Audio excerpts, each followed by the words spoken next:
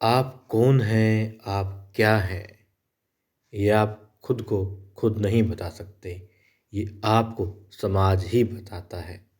नमस्कार, पुण्य श्लोक अहिल्याबाई शो में आज हमने यही देखा कि देवी अहिल्या अपने बेटे मालेराव को आईना दिखाना चाहती है, वो क्या है। और समाज जो प्रजा है मालवा की, वो इस मालेराव होलकर जो कि मल्हार राव सूदार जी का पोता है और कहीं ना कहीं अभी मान रहे हैं सभी कि उत्तराधिकारी भी हैं गद्दी का। क्योंकि मल्हार राव सूदार जी योग्यता देखते हैं, इसलिए योग्यता के हिसाब से वो उत्तराधिकारी होगा नहीं होगा अलग बात है, मगर राजकुमार वो है। और इसीलिए उसे लगता है कि राजा भी वही बनेगा, क्योंकि राजकुमार वो है, उत्तराधिकारी उसे लग रहा है कि वही है, गद्दी पर वही बैठेगा। और उसका जो व्यवहार है, अब देवी अहिल्या चाहती है कि वो आईना देखे और जाने खुद को कि प्रजा में उसकी क्या अहमियत है, क्या सोच है, क्या विचार है उसके प्रति लोगों के, और कितना अब तक उसने कमाया है। अब देवी अहिल्या शुरुआत करती है, सबसे पहले गुरुजी के पास उनको लेके जाती है और गुरुजी अपने बाकी शिष्यों को शिक्षा वहाँ पर दे रहे होते हैं। देखते हैं कि रानी साहिबा आई है, अपने बेटे के साथ में आई है, दौड़ करके आते हैं। देवी अहिल्या उनको प्रणाम करती है, वो उनको प्रणाम करते हैं, पूछते हैं आप राजकुमार के साथ यहाँ आई, क्या बात है, बुला लिया होता। तो वो कहती हैं मालेराव देखो, ध्यान से देखो, ये तुम्हारे गुरुजी हैं, तुमने इनको गुरु दक्षिणा क्या दी। सब बताते हैं किस तरीके से अपमान किया, उनके जूतों में बिच्छू डाल दिया करते थे मालेराव, पूजा की सामग्री में मिर्च डाल दिया करते थे, मतलब हर तरीके से परेशान किया करते थे गुरुजी को। क्यों? क्योंकि गुरुजी मालेराव को एक शिष्य समझा करते थे और उनका भला चाहा करते थे, ना कि भावी राजा के तौर पर उनको देख करके चापलूसी किया करते थे। अब देवी अहिल्या कहती है कि गुरुजी आप इसे अंक दीजिए, 10 में से कितने अंक आप देंगे इसे, जो इसने शिक्षा ग्रहण की उस हिसाब से, और इस हिसाब से कि ये भावी राजा आपको लगता है, कितने अंक आप इसको देंगे कि ये राजा बनने लायक है। अब गुरुजी क्या दें, सोच विचार में पड़ गई। देवी अहिल्या कहती है कि आप डरिए मत, निसंकोच होकर के बताइए, क्योंकि देवी अहिल्या आपके साथ में है, और भूल जाइए कि आपके पास में मालेराव खड़ा है, आप बताइए। अब वो बताते हैं, 3 अंक देते हैं उसको, और फिर देवी अहिल्या हर जगह घूमती है, बहुत सारे लोगों से मिलती है, जहाँ जहाँ जिसने मालेराव के हाथों परेशानी झेली है उसके पास जाती है, और लोगों के पास भी जाती है। कोई भी उसे 3 से ज़्यादा अंक नहीं दे पाता, कोई 2, कोई 1, तो कोई शून्य देता है।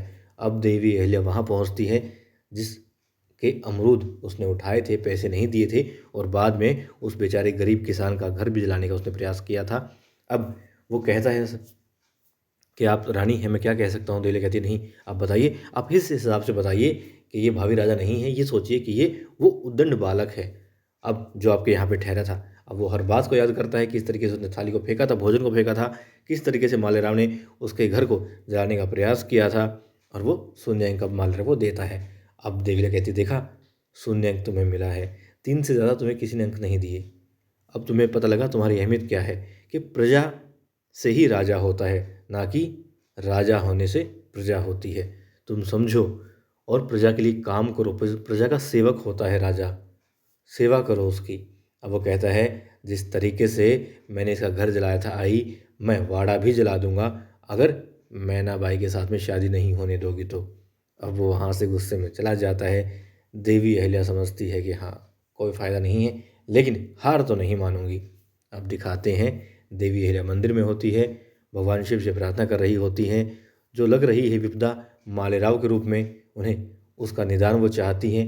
सोच रही है कोई उपाय बताइए जिससे मालेराव ठीक हो जाए, इसका व्यवहार ठीक हो जाए, ये वाकई में जिन पद्धतियों पर चल रहा है उनसे हट करके, और मल्हार राव सुधार जी या देवी अहिल्या खंडेराव होलकर के जो विचार थे उन पर चलने लग जाए।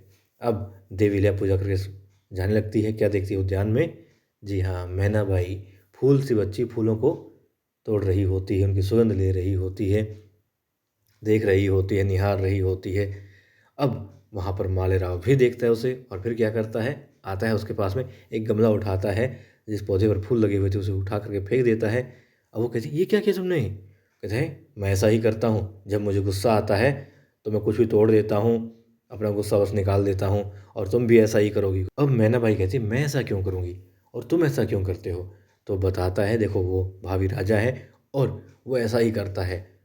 और यदि, क्योंकि देवी अहिल्या ने कहा है, वो कहते हैं मेरी आई ने कहा है, यदि तुम्हारे साथ में शादी करनी है तो हम दोनों के विचार एक होने चाहिए, हमारी सोच एक होनी चाहिए। और मेरी सोच तो यही है कि मैं दबंग हूँ, मैं बहुत ही खुले विचारों का हूँ। और वो कहता है कि मैं बहादुर हूँ, वीर हूँ, डरता नहीं हूँ किसी से, और तुम्हें भी नहीं डरना है। तुम्हें भी हर खतरे को निडरता से पार करना है, घबराना नहीं है, हर बात के लिए तैयार रहना है। वो कहती खतरा कैसा, खतरे मोल क्यों लूँगी, बहादुरी की क्या बात है। तो कहता देखो मैंने उस दिन, और ये बातें देवी भी सुन रही होती उन दोनों की।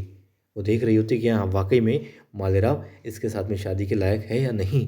हालांकि उन्हें लगता है कि हाँ नहीं है, अभी वो किसी के साथ भी अभी संबंध जोड़ने में लायक नहीं है। फिर वो कहता है देखो मैंने उस दिन तुम्हें छज्जे पर हाथ छोड़ करके चलने के लिए कहा था, तुमने मना कर दिया, तुम डर गई थी, और अब तुम्हें ऐसा नहीं करना है, तुम्हें मेरी तरह वीरता दिखानी है।